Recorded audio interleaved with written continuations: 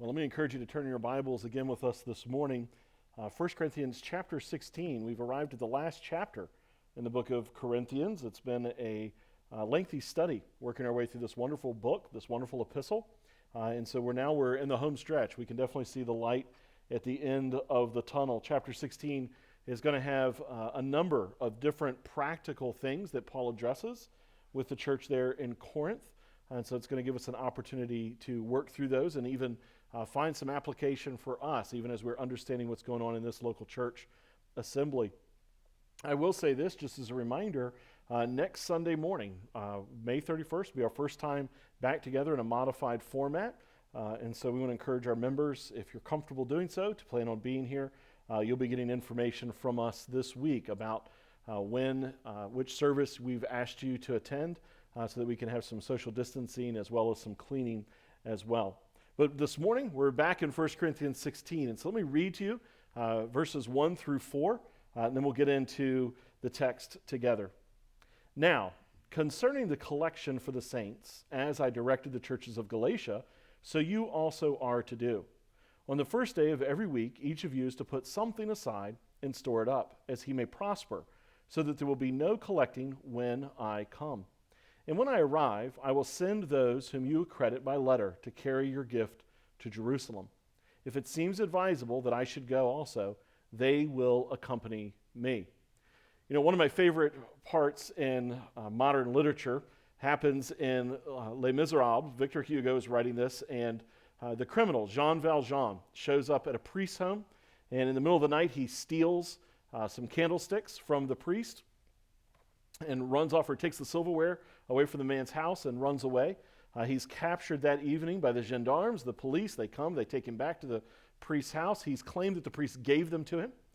And the priest in that moment tells him that he left the best things behind, and he gives him these silver candlesticks. Now, if you were ever to read the book, the author has made a great effort to show that these are the only prized possessions of the priest. The priest led a very simple life.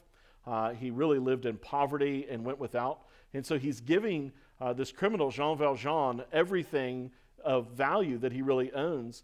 And he makes a comment that's summarized in other editions of the book, whether it's in the play or the musical. And he really says this: I've bought your soul for God. And in that moment, you actually get what the picture of Les Miserables is about. And it's all about redemption. It's the concept that when you've been given much, then you should also then give much. The generosity that Jean Valjean experiences utterly transforms him. It's one of the reasons it's one of my favorite books.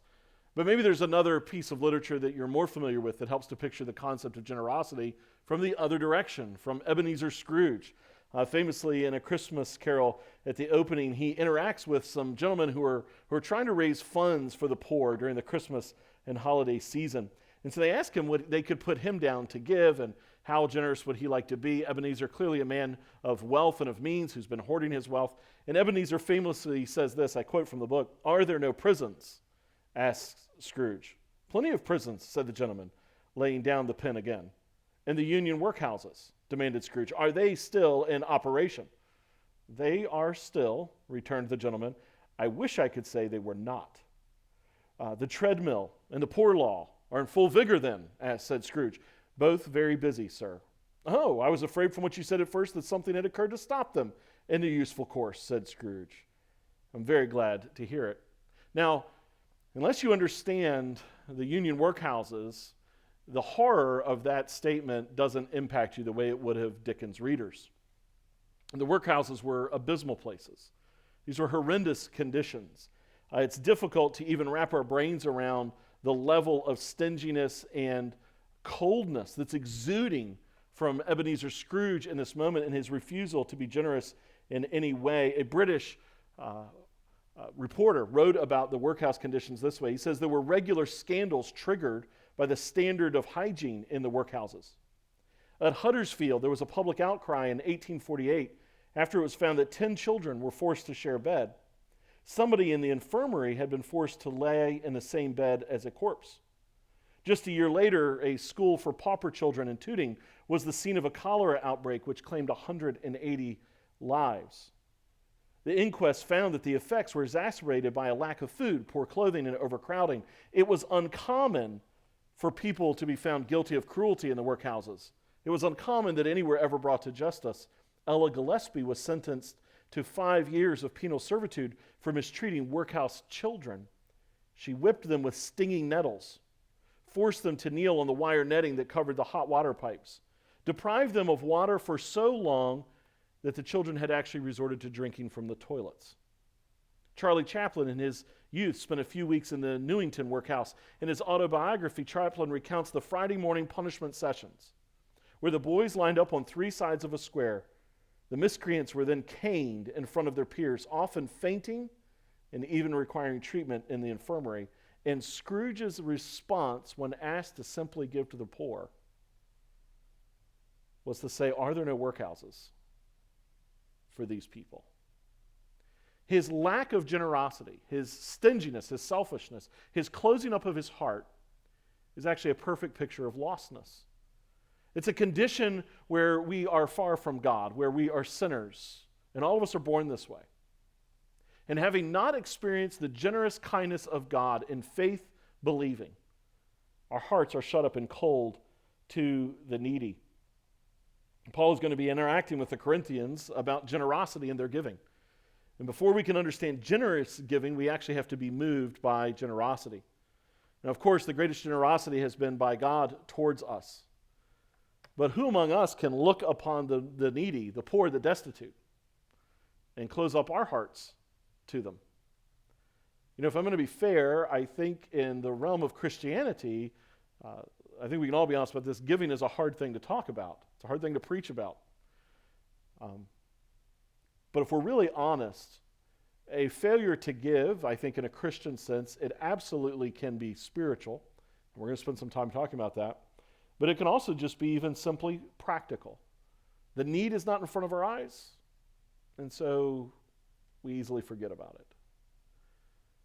And the real revelation happens when the need is brought to our attention, like it was to Scrooge, and we still refuse, we still resist. We have to ask then, what is going on in the heart of a believer if they would not be faithfully generous in their giving? And so Paul's beginning this process of addressing this concept with the Corinthians. Our takeaway this morning would be to understand this. Faithful, generous giving is actually both a practical and a spiritual matter. When you reflect upon the generosity of God toward you, it should move you. You know, it's interesting. I think of moments in my life where people have been generous to me. One that stood out, I remember when I was a young man and I was in a singles group with a church. We went on a trip and I made a very foolish decision and I shattered the window of the church van. And the pastor and the deacons generously forgave me of that and didn't want me to have to pay for the window. They were just being generous to me and kind to me. I remember feeling so incredibly loved in that moment. I've had other folks pay for meals and provide food and goods and meet needs. Generosity moves you. It changes you. My guess is you can even think right now in this moment of times that people have been generous to you. But no one has been as generous to us as God in the giving of his own son to us. And he then calls us to respond to his generosity with faithful generosity on our own. So faithful, generous giving is both a practical and a spiritual matter. Now I want to explain to you exactly what's happening here because it is an interesting, feels like you're jumping right into the middle of a conversation. In many ways we are. If you look back down in your text, Paul says this, now concerning. Now, what's interesting is he's used that same phrase a couple of different times in the book of Corinthians to make a transition. And what Paul is doing, you might remember, we've been a long time in Corinthians, is he's answering a series of questions on one hand. The Corinthians had written him a letter asking a series of questions. However, those that brought him the letter had also brought their own reports about what's going on in the church in Corinth and their own issues. So when Paul responds to their questions and the other information he's gotten, we get 1 Corinthians. And 1 Corinthians shifts back and forth between the two, Paul dealing with his concerns and answering their questions. When he uses this phrase, now concerning, it's really become kind of code language in the book of 1 Corinthians to tell us, I'm moving away from something I wanted to talk about to answering one of your questions. So he just finished dealing with their confusion over the resurrection. He's now coming back to a conversation with them. So they would have understood exactly what he's talking about here when he says that now concerning, and they're collecting something. They're collecting money for the church in Jerusalem. When he does this, then, we need to understand that the need is very real, and the Jerusalem church is a church in desperate straits at this point. The church in Jerusalem began by being flooded with folks that had traveled to Jerusalem. You might remember folks had come to Jerusalem. They'd been there for the Passover. The city would swell. We know that people came from all over the Mediterranean to Jerusalem to celebrate the Passover. They'd been there for the Passover, and then many of them had stayed till Pentecost. Well, what had happened at that Passover was Jesus had been crucified and raised from the dead. And so this was a huge deal. And so folks were coming to be saved, and they wanted to stick around and hear what's going on. They had heard now of the preaching and teaching of this Messiah, this rabbi. So they waited the 40 days plus till Pentecost. Well, we know at Pentecost, Peter preaches, and 3,000 are saved and added to the church. We know from other letters in the New Testament that folks had traveled even as far away as from Rome. The church in Rome had been founded by people that had traveled there. Most likely, the church in Crete had been founded as a result of people having been there at Passover and Pentecost. So some went back, but many did not. And so it would be like if you and I went away on a long trip. We said, I'm going to plan to travel to, the Grand Canyon. I'm going to plan to be there for a month. And I go there, and you have your resources, you take care of the things at your home, you travel all the way to the Grand Canyon to spend a month, but then things happen that are just so amazing, you don't want to leave there.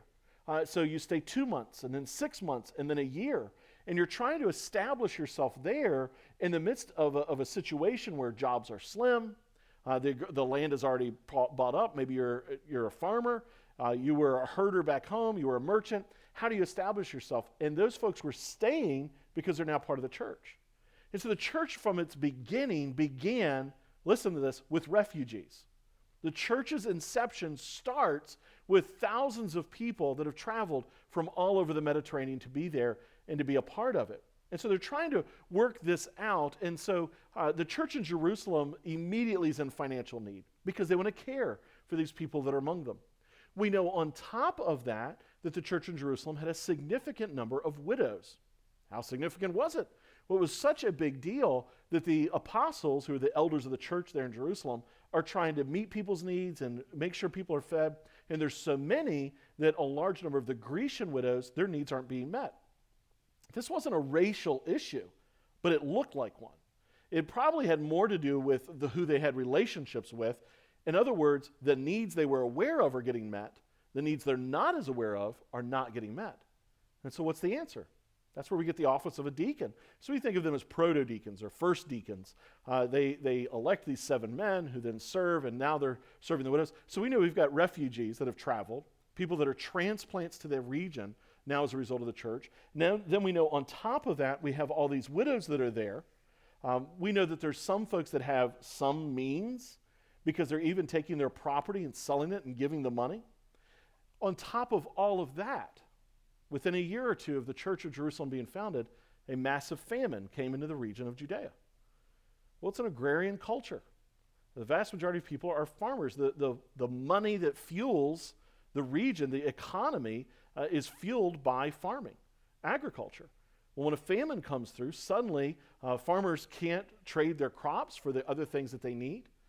You can't do sustenance-based living when there's a famine. And so there are people in tremendous need. On top of that, there was economic persecution. Massive persecution is taking place. We see that with the stoning, really the murder of Stephen. And so people are not wanting to give them jobs, not wanting to sell them goods. And so when you combine all that together, we have this church in Jerusalem of several thousands of people that are in desperate need. And so this need has been communicated to Paul, and Paul has communicated to these other churches. And so we know we have this church in desperation. And if we actually look at it, this becomes a pretty dominant issue throughout the New Testament. You can actually track this through a number of different books. And for sake of time, we're not going to look at all these. But you see its conclusion ultimately in Acts 24 when Paul shows up with the gift. He references it to his letter to the church in Rome in Romans 15. He writes about it here in 1 Corinthians. He returns to the issues for 2 chapters in 2 Corinthians. And he references it in a significant way in Galatians. Paul gives his own testimony of how this love offering that he's trying to raise for the church in Jerusalem, how this even began. You can see it in Galatians 2, 9 and 10. When James and Cephas, that's Peter, and John, who seemed to be pillars, in other words, these are the head of the church in Jerusalem. We know from the Jerusalem council that took place in the book of Acts, James is kind of the lead elder there in the church of Jerusalem, the brother of Christ, who seemed to be pillars, perceived the grace that was given to me. They gave the right hand of fellowship to Barnabas and me, that we should go to the Gentiles and they to the circumcised. Only they asked us to remember the poor, the very thing I was eager to do. This, we would call it in modern days, love offering, began with the pastors in Jerusalem asking them to help. They recognized that their means were running short. One can only imagine. Peter had been a fisherman, but now he's supposed to be a fisher of men. These guys knew how to get food. John, likewise. But they were running out of the resources. It's hard to imagine being in your church and recognizing there are people sitting there that haven't eaten that week. There is tremendous need. And their response to that need was to ask Paul to get the Gentile churches to help. I think that's shocking in one level because we live in a westernized culture that the very act of asking for help is often viewed as wrong. But here in this example, we have three godly men who are humbling themselves and asking Paul. Paul's going to these other churches because by and large, the Gentile churches had much better means, much greater wealth. Not all of them, not in every situation. And in fact, as persecution would rise, their economic wealth would diminish. But here at the start, they're looking to raise this offering, and Paul begins traveling around. And he makes a missionary journey that's almost exclusively devoted to this issue. So he goes and he encourages churches, lets them know they raise the offering. He's going to take the offering back to Jerusalem. We ultimately know, if you were to look through those texts, the churches that specifically are named that get involved in this offering are the church in Corinth, the church in Rome, the churches in Philippi, Berea, and Thessalonica all give to this tremendous need, and the monies are then taken back to the church in Jerusalem to help them. I want us to understand then, when Paul is talking in 1 Corinthians 16, he is talking about, and you've heard me already use this term, what we would reference as a love offering. What we mean by that is this is giving that is in addition to and on top of their regular giving. This is beyond the things that they would give normally to support the poor among them in their church body, the widows that were in their church body, and the elders that were in their church body.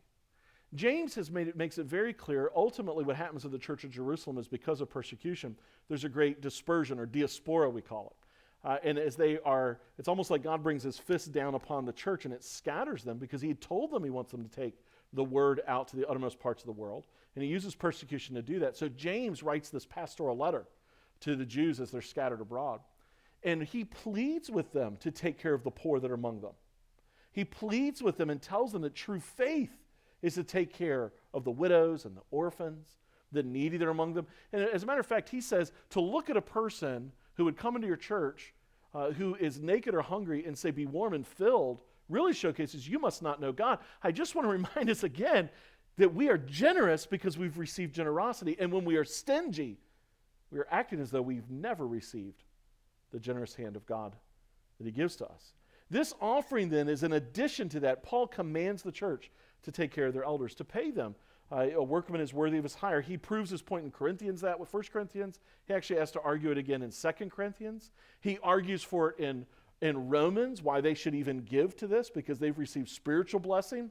They should give back material blessing. So this is an offering. This is a sacrificial offering on top of their regular giving. And it's important that we understand it in the context here. Having said that, the truths that he gives to us about giving really apply whether it's a love offering, this special opportunity to give to a specific need, or if it's our regular, consistent giving, because the truths really are the same. And we can look at it two ways, and that's what we'll do this morning. We'll look at it practically, and then we'll look at it spiritually. So back down in the text, first thing I want to direct your attention to then is that it's planned giving. It's planned. Now concerning the collection for the saints, As I directed the churches of Galatia, so you also are to do. On the first day of every week, each of you is to put something aside and store it up, as he may prosper, so that there will be no collecting when I come. And then he tells them the practical ways of how the money is going to get to Jerusalem. When I arrive, I'll send those whom you accredit by letter to carry your gift to Jerusalem. If it seems advisable that I should go also, they will accompany me. Now, Paul is answering their questions, so our natural tendency would be to say, well, what are the real questions the Corinthian church is asking? Well, we can't know for sure, but the answers he provides do point us to probably what they're asking, and all of his answers really surround the practicality of this. He first notes that they're not the only church he's asking for. He says it's the churches all in Galatia even. And I just read to you from Galatians how he described it, the event there in his letter to them. We know from other places he goes to Rome and Philippi, Berea, Thessalonica, all these places to raise these funds. It's not just Corinth alone. So it may have been that they asked, well, are we the only ones? It may have been that they asked, when should we collect this offering? It may have been that they asked, how's the money going to get there? You'll notice that he says, I'm willing when I come to send a letter of recommendation. Persecution was becoming so severe in the church in Jerusalem, they were having to become careful, guarded against just strangers showing up and having to ask questions and understand. So a letter of introduction would have been very common to say, hey, we're from Corinth, here's these monies. Here's a letter from Paul to verify who we are. Paul even notes, maybe the Corinthians asked, well, because we know they're not really trusting Paul, so maybe they didn't want to just hand the money to him, right? So can we send our own people? Well, maybe that was one of the questions. Can we send our own people, Paul, to go to Jerusalem? Or are you going to go to Jerusalem? So we can think that you can kind of perceive maybe by the answers Paul's giving, but what they all boil down to, those practical considerations. So the first thing he says in the answer is, I want you to plan to give. Plan on giving every time you come together. This is actually one of the texts we would point to help us to understand the early church met on Sundays, the first day of the week. And so what's very clear is it was going to be every single Sunday they were going to collect an offering, specifically even for this need that was in front of them. The commitment to Christian giving is not and should not be dissimilar to the way we pay all of our bills. Now that's a hard pill for some folks to swallow. The language Paul actually uses here to plan on it and it being collecting is the same language they would use for collecting taxes. Paul is telling the Corinthians, you should be giving in a consistent, faithful, generous way, weekly, on a routine basis even. This should be something that is just part of the norm of what you do. Now, so one way to look at giving for the Christian would be that as I receive, I'm going to give. And so whether that's a weekly paycheck, a monthly paycheck, what have you, or maybe you have the kind of job or business, an entrepreneurial kind of position where your income comes in spurts and runs, and it's not on such a consistent basis as we think a normal 40-hour work week even. But as I receive, I'm going to give. That's one way to think about Christian giving. Unfortunately, I don't think that's the way most Christians think about giving. I think the cultural influence that we live in, that we think, and people already think about this way with church in general, that they shop for church. Church is something that I pick based on what it can do for me. Does it have this program, or can it meet this need over here, or does it do that for me? In other words, it's more like going to a restaurant than it is a Christian responsibility in a fellowship and a family. And unfortunately then sometimes people begin to think about giving the same way they would think about going to a restaurant. And let me put it this way. Our family, as most of you know, loves San Jose. I don't mail San Jose a weekly check. I pay San Jose when I go to San Jose. But if I'm not at San Jose, I don't send them my money. And unfortunately, when we live in a culture that thinks about church much more like shopping, it's easy for them when they're there to give. But if they happen to not be there a week or 2 weeks, they don't worry about giving. It didn't serve me those weeks. And Paul, by using this language of this planned, consistent giving, he is telling us, as Christians, we should think about our giving in one sense as a responsibility before God and to others. It's a way of imaging generosity. And so he tells them to plan on giving on a weekly basis. Now, this planning, then, we can break it down to 4 reasons. Why would you do this? Why is it like this? Why couldn't they just take one offering? Why does Paul want them to do this consistently over a long period of time? And again, while this is a love offering, all these can apply to us. First of all, you can give more to this need over time. And that's just, I think, basic economics that we can all understand.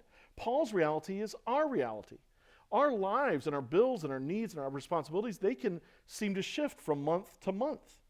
And so each month could seem to look different, but if they give a portion every week, if they give some every week, they will be able to give much more over a long period of time to this need. We should plan on giving consistently and faithfully over time. That's how we should think about giving, not a once a year, not a twice a year kind of thing. Here's a need. Let me just get to that. So whether it's a love offering, if you can extend it, you should. Those of you that attend our church, you know that as we've had the opportunity, we've done that.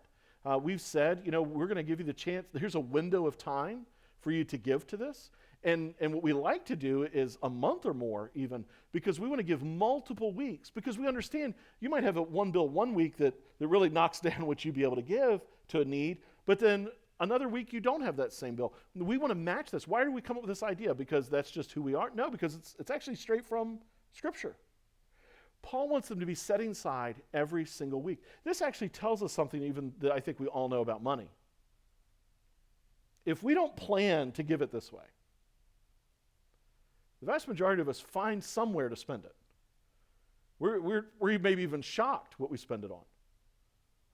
And then suddenly it's not there. And so Paul is telling them you can give more to this need over time by giving in this planned, consistent way. You can give prayerfully. This gives you time to pray about it, to think about it, to consider, what should I give? Paul is encouraging this overarching mindset for them to have. This mindset of this. The need exists, excuse me, and I want to step into that need. So let me set aside these monies just for that purpose. How much then should I set aside? And that's a great spot for prayerful consideration and reflection. I think a great way to think about even giving sacrificially and giving prayerfully is consider something, maybe at times if there's a love offering moment. And again, I think this is separate from your regular consistent giving. I think it should be regular consistent giving. And what really is damaging if a need is presented and you have like maybe a love offering opportunity and you simply say, oh, I'm going to take my regular consistent giving and this month I'm going to give it to that. Well, that doesn't help anything, actually. But instead, you should give your regular consistent giving and think of this as an additional sacrifice. Well, a great way to approach that would be to consider, what can I give up this month so that I can give sacrificially to that? And I think all of our budgets are different. So, the easy one that all the organizations pick on is give up your coffee for that week, right? Give up your $2 to $4 cup of coffee and give it to this. And I'll leave it to you, because if you know Christ, again, you've received generosity, you're going to want to be generous. And so you have your consistent giving. That's very different from this. And so Paul is wanting them to consider prayerfully, what can I give to this on a consistent basis? You can give more than once, and this is good for our souls. The pattern of giving here is going to keep on going until this need is met or until Paul arrives. Maybe they'd even asked how much is needed. Here at our church, if there's a love offering, we'll say, this is the need. Can we give to this? And what can we give to this? Maybe they'd even ask Paul how much is needed. And this would have been one of those situations, as I've already informed you what the church in Jerusalem was like. I mean, that's an open-ended kind of deal, because they needed a lot. They don't have cell phones, so they're not going to know exactly when the need is met or when Paul is coming. We actually find out that it's more than a year from this time till the offering is actually collected. Sometimes we will give and we keep on giving, and God will use those monies in the future at a time that we haven't yet been able to determine. One last one about the planned giving is you can give it efficiently. Paul is burdened that the giving has occurred before he shows up. He didn't want them trying to scramble when he arrived to take the monies to Jerusalem to try to raise the monies. The need is real, the opportunity is present, but the payment is yet to come. And he wants there to be no delay in serving those struggling saints in Jerusalem. I don't have time to unpack all the practicalities here, but I would also point out that Paul intends a group of people to take these monies. There is proper safeguards to this. There is not embezzlement that's going to take place. Theft, internal theft is not going to take place. There are other practicalities here to ensure. If you had a letter of recommendation, Paul could have known the amount ahead of time. So let's just say it's $1,000. He could have written to Peter, James, and John and said, hey, we send this $1,000 from Corinth in the hands of these men. Well, it really makes it hard for them to show up with something less than the amount that's sent. So there's all these other practical ways that they're careful with it. And so there's a planned giving, but then there's also prosperous giving. Notice that Paul says, set aside, put something aside and store it up as he may prosper. The second practical consideration that we should live in then is some folks in your church will be able to give more than others because they have more means than others. I hope that's obvious. But Paul felt the need to point it out. Greater wealth should mean greater ability to give to the work of ministry. The practical reality of this is that we should examine what we have so that we can give. As you go through the seasons of life, I think we all even live in the realm of economics, that you typically start making very little, and that increases, and then you maximize what you're making, and then it decreases over time. Your giving should match that arc even. Now, it may be that God blesses you in such a way that it doesn't downslope, but for most people, it will. And so he's telling them to consider what you have, and so you should give accordingly. There's a lot of argument over the years, and people ask, well, how much should that be?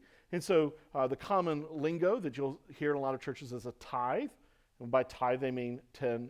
And then on the other hand, you say we're under the New Testament model, which is grace giving. In other words, as each one is profited. The New Testament never gives us a percentage or amount. And they say, well, that's just under the law, so it doesn't matter.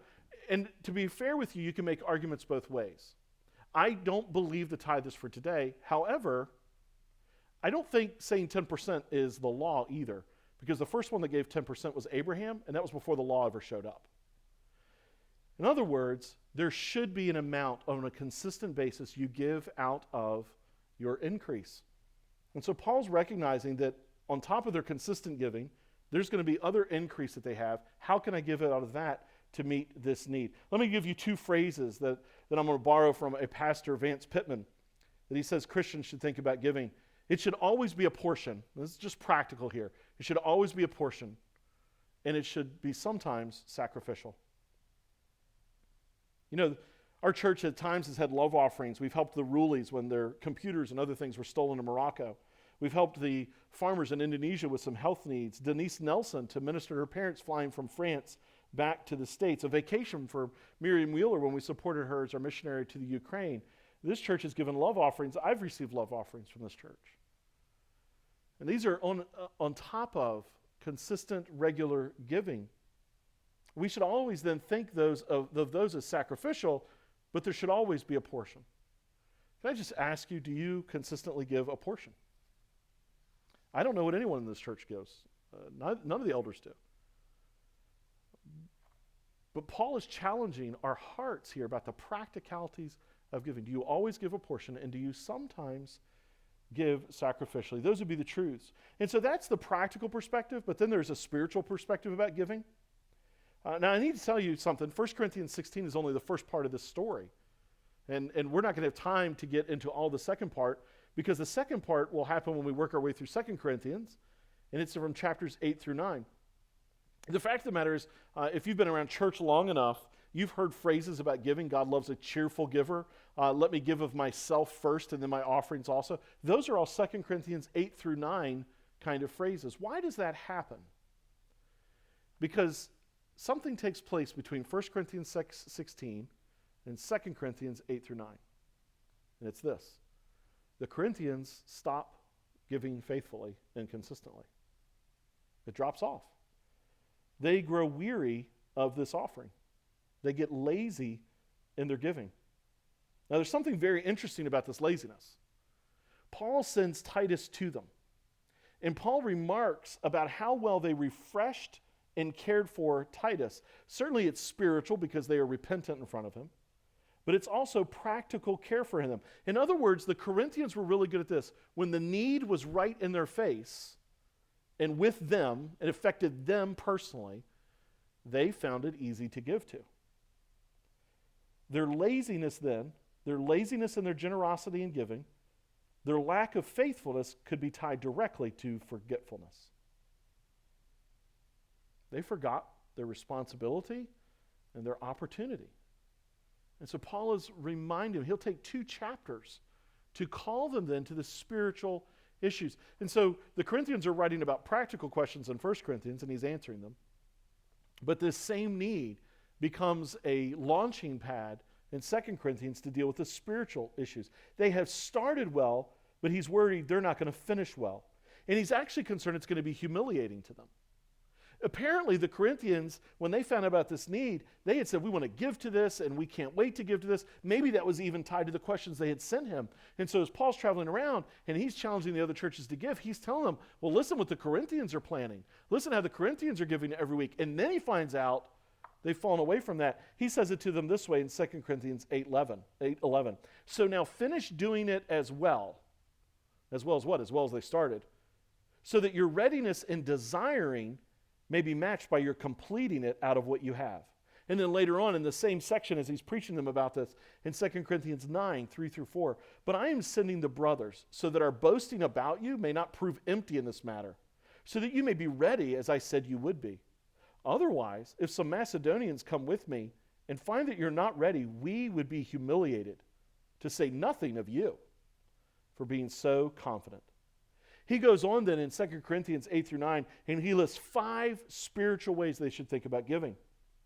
And so the questions are practical here, and 2 Corinthians, they're all from the spiritual perspective. And so I'm not going to deep dive into all those, but I am going to give you those 5 just kind of as we fly past them. First of all, he tells them that they should give out of a heart of fellowship. And we can actually see that same sense right here in 1 Corinthians 16. Concerning the collection for the saints, I directed the churches of Galatia, so you also. There's several times in the book of Corinthians he's reminded them, this is the same command I give to all the churches. This is for everyone. There was a tendency in Corinth to be isolationist, to think only of themselves. And so he appeals even in 1 Corinthians 16 to that sense, and he does it strongly in 2 Corinthians 8-9. He says they're part of a bigger ministry perspective. He says in 2 Corinthians 8-9, he puts the offering in stunning terms. He said it's for the sake of the koinonia, the fellowship, the community. God intends to use giving to the needs of others as a means of uniting them. Now that's very different than an interest-based loan. An interest-based loan says you now owe me for what I've given you. An interest-free loan at minimum says I'm not going to make a profit off of you. I want to help you in this season of need. A gift like this unites them. It binds your heart to them. You've freely given them because you want to bless them and out of love and of affection. Sometimes we don't give in faithful generosity because we are isolated spiritually from others and their needs. They gave to James when he showed up, but they don't want to give to this, to Titus, but they don't want to give to this need. They've forgotten about it. And so it's for fellowship's sake. We should give faithful and generously. It's for service sake. Why was the church in Jerusalem so quick to give to one another? Remember, they're selling their property and giving it. Each one gave as he had ability. They're welcoming one another in each other's homes. So maybe they didn't have money always to give, but they said, but I can feed you. Come to my house this week for a meal. It doesn't cost me much to make a little bit extra. I've got to feed my family. He that doesn't take care of his family is worse than a heathen and an infidel. So I've got responsibilities God wants me to meet. But it doesn't take much more money to add to my meal.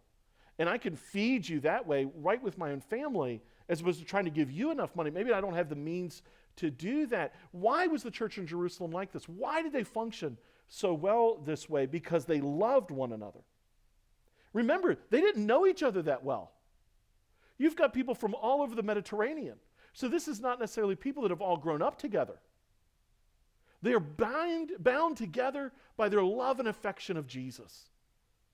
They're motivated because of the generosity that they've received from God. It's specifically called a service in 2 Corinthians, and it puts it this way, and it's the same word we actually use for deacon, diakonos. So I thought it necessary to urge the brothers to go on ahead of you and arrange in advance for the gift you have promised, so that it may be ready as a willing gift, not as an exaction. This word gifting is service. He views this as a Christian responsibility. It's an opportunity for ministry. So how should we then think about giving as both a responsibility and a freedom? Because Paul makes it clear, this isn't a bill. I'm not billing you. So here's right. In one sense, we should think about giving as an ongoing, uses words like taxation even, as this is my consistent giving. But he understands if that's all of our motivation, so that's what it should look like. But that's not the heart that drives it. The heart that drives it must be one of free love and affection I've received from God, so I'm giving to you. And so how do we maintain that kind of balance?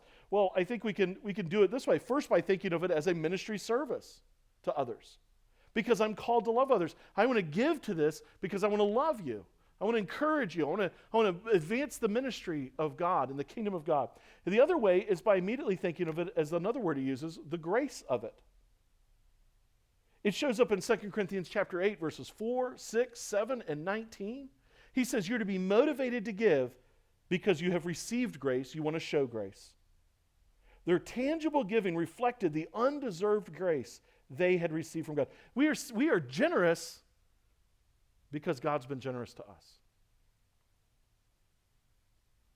We cannot claim to know God and be stingy people. So we should think of it as a grace that we've received that we want to show. We should think of it as a blessing. This is the appeal of Paul specifically in Romans on this issue. You're going to bless others, and we see it again show up in 2 Corinthians 9, 11 through 13. You will be enriched in every way, to be generous in every way, which through us will produce thanksgiving to God. For the ministry of this service is not only supplying the needs of the saints, but is also overflowing to many thanksgivings to God. By their approval of this service, they will glorify God because of your submission that comes from your confession of the gospel of Christ and the generosity of your contribution for them and for all others. Now, how do I illustrate this? Okay. So when I was working construction, and many of you know me, I'm a car guy. I got the car bug from my dad and from his family. I love cars. But I'd never been around dragsters and drag racing. And I worked construction, and my boss was very involved in drag racing. He had a couple of really cool cars, and he wanted me to like drag racing. And so he gave me free tickets to go away to Maple Grove and watch dragsters, Top Fuel dragsters, go down the track, quarter mile. John Force was there, got a signed picture from him, and went around the pits. And I remember sitting there as a car guy, and I looked to the right of me, I looked to the left of me, and there's all these people sitting there wearing gas masks and huge earmuffs, and all I had was these little earplugs. They actually give you earplugs on the way in. And I remember thinking, oh, okay, so I pull up my earplugs, put them in, and then the nitromethane engines start roaring. And the fumes are so powerful. That's why these people had gas masks on, because of the nitromethane fumes. The power of these engines was so substantial. When they would fire up and do a burnout, the sympathetic vibration, your whole body would shake. And when they would go down the track 300 plus miles an hour, I was hooked. And I remember coming to work on Monday morning.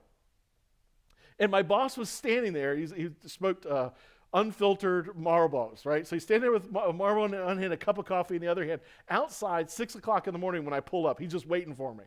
And I get out and he goes, how was? And I said, this was awesome. And he loved it. He wanted me hooked on drag racing. He was excited, and he paid hundreds of dollars for me to delight in something he delighted in. This is what Paul's saying. Your generous giving is fueling the delight in God of others. You are so zealous that people would love and glorify God that you give freely of your material means to meet their needs.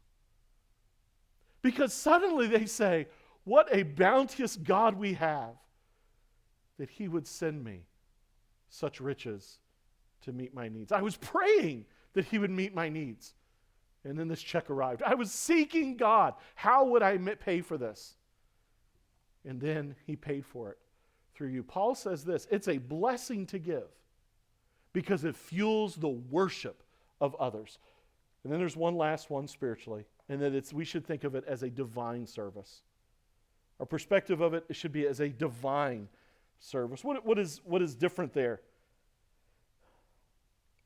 It's this. It's about serving God. In other words, I'm going to give in this moment, not necessarily because of the need. I'm going to give not necessarily because of the critical nature of it. I'm going to give because I want to be like God. God gives, so I'm going to give. It's going to give me an opportunity to do something. I was telling a friend, Darren, I was talking to Darren the other day, rejoicing in my 14-year-old getting older. For years, I've taught my sons and had them work on cars with me and do things with me. And I know this reality. You can do things, I can do things faster, quicker, easier, but they're not going to learn if I don't let them do it. And I haven't always been great at that. Lots of times it's just been, hand me the tools till you learn the names of the tools and these kinds of things. But we had to put a hitch on the back of my van the other week, and my 14-year-old willingly came out, yeah, Dad, let me give you a hand. He quickly found the socket wrenches and the other wrenches, and I watched and I delighted as he did it. And it was like I had this weird moment. If it was a movie, it would have been a flashback moment. Because I remember sitting on the driveway at 5922 Baltimore Street with a Ford Econoline van sitting in front of me up on jack stands, and I've got my legs wrapped around this wheel hub assembly as my dad is handing me tools and I'm changing brakes for the first time as a teenager. And it was like this surreal moment, dad to son, and I just smiled because there was a unique joy in me learning to do it like I saw my dad do it, but then in teaching my son to do it the way my dad taught me to do it. When I think about giving, I should think this way, believer. I put this money in, and I'm thinking about how when God fed thousands by the Sea of Galilee, and how he provided more quail than they could eat, and how Boaz left the fields, and Ruth was moved by generosity. Putting my hands on the tool to put it in action, putting my hands on the money to put it in play, and I don't care if you do it on your phone, moving from this account to this account is a moment where I get an understanding of God that I can't get any other way. Paul says we should give because it gives us a unique opportunity to be like God, to become more like Jesus, because it's a divine service. You know, the Corinthians have started well, but they have not finished well. They have lost both the practical and the spiritual perspective. They need to have both of those and then drive that through the reality of the need. Maybe it wore off, the novelty of it. Maybe they imagined every week as they were setting aside the money in a little jar to bring it to church that Sunday, they were imagining all the other things they could do with those monies. Maybe they simply put the need out of their mind altogether. Maybe they became westernized mindset judgmental. Well, you know what? Those people in Jerusalem probably don't have as much because they don't work as hard. When Scrooge is transformed, he doesn't just have a moment of generosity.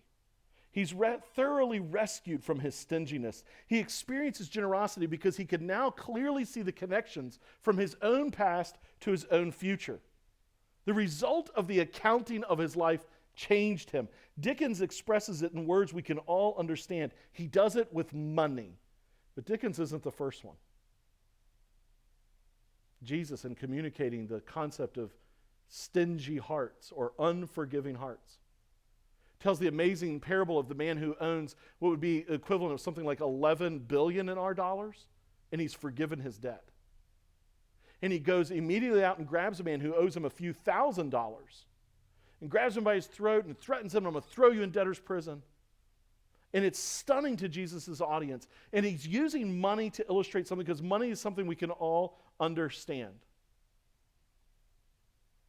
Because the decisions I make with my money flow out of my heart.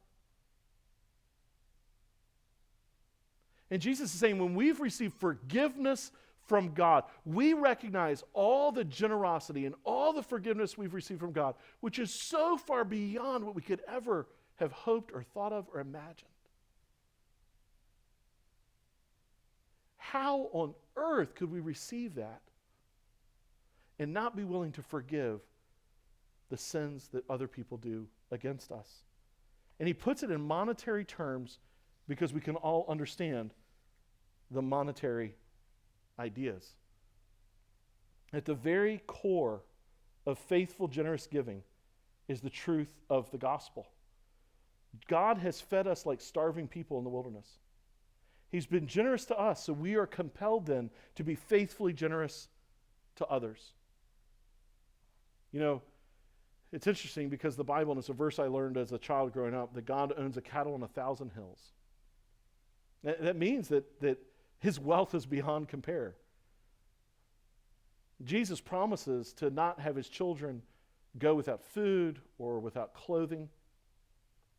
But don't you find it interesting that you have 3 apostles, Peter, James, and John, and then a 4th in Paul, that their response to the poverty impoverished in Jerusalem, their response to the needs of the local church, was not simply, well, God will provide. They understood this. Those cattle in 1,000 hills, that included their own bank accounts. And God intended to feed and clothe and care for his people through their means.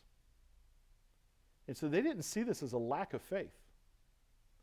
They understood that this is how God built the faith community. That it would be a community of people that have received generously from God, and so they will be faithfully generous back with their goods and their means. Can I just give you an encouragement then? 3 just little practical tips. Can I just encourage you to do like Paul's commanding, give a portion. Give a portion. You should plan to do it. You need to be consistent in doing it. It needs to be proportionate. You get a raise, Paul says, as you're blessed, if your income goes down, you may have to give less. That's okay. What you should do is give faithfully. That's what's important, faithfully. Not like a restaurant. Think of it as a responsibility before God, but not driven only by that responsibility. It's kind of like, should you be at church when you can? Yes, not because of the law, not because there's some rule, but because you delight in hearing the word and worshiping with others. Let me challenge you to give sacrificially. Be willing at times to go through seasons where you go without something in order to give back to something. What is something you can give up so that you can give at times to needs? And then thirdly, I want to encourage you, if you have children, teach them to give. I think a great model is help them as they receive money to put it in 3 categories. Save some, spend some, give some. I think you should teach them that, and I think you should show them that. One of the best things my parents ever did when I was in my older teenage years is they taught us how to do their taxes. And so in that, I saw my parents' finances, and I saw what they made, I saw what they paid the government, and I saw what they gave. They didn't just teach me to save some, spend some, and give some. They showed it. That is a powerful way. Spouses, you should have that conversation. We should be driven to be faithful, generous people, both from a practical perspective and a spiritual perspective. I'm thankful of how kind God has been in the life of this church. Years and years, patterns of faithful, generous giving. I want to encourage us to not be like the Corinthians, to not fade in that responsibility. Father, we thank you for your faithful generosity to us. Lord, we thank you for giving us so much more than we could have ever asked or thought. God, may we be a people. Lord, thank you for the generosity that we've seen in this church. Thank you for the giving that you've seen in this church. Lord, may we, even as Paul challenged other churches, you love well, keep loving well. Father, may we be a people who give. Let's keep giving well. Father, so that we can image you, so that we can reap the spiritual rewards for physical means. We pray this together in Christ's name. Amen. Lord bless you and keep you this week.